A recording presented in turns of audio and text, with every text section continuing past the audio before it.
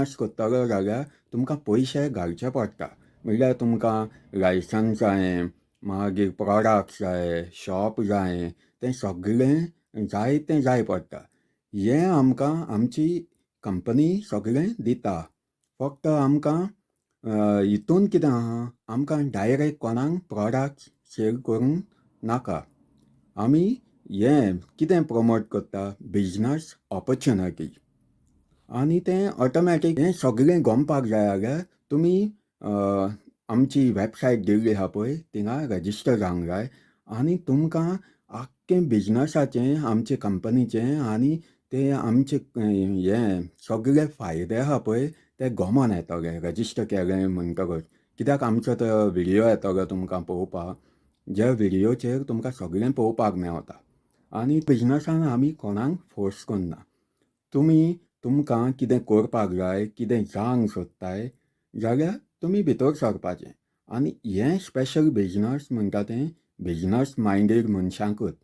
कित्याक जायते जाण सरमता आमी आमचें हें आसता पळय, बरयलेलें नोट आसता पळय, आमी तुमकां डिजिटल बिजनस स्टार्ट करपाक हेल्प कोत्ताय म्हण.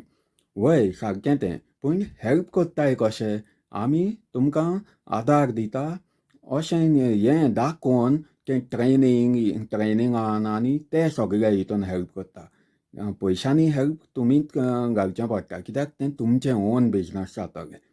आमी आमचें चलयताय आनी आमचें बरें चलता म्हूण आमी तुमकां शॅर कोत्ताय. कित्याक आमी हें शॅर कोत्ताय कित्याक तुमी जायत्या जाणांक पयशांची गरज आसता. संवसार बरो फुडें पावला, वयता थिंगा म्हारगाय आनी म्हारगाय, वयता थिंगा म्हारगाय जाल्या. फुडली संवसार लायफ म्हणटा ती डिजिटल आहा. आतां AI आहा आनी कितें कितें. हांव AIचें कित्याक खबर सांगता तुमकां, कित्याक आर्टिफिशियल इंटेलिजन्स म्हणटा तें सगळ्याक स्प्रेड जाल्लें आहा. आनी तेणी इतलो जागो घेयला की मनीस पासून आर्टिफिशियल जाल्लें आहा.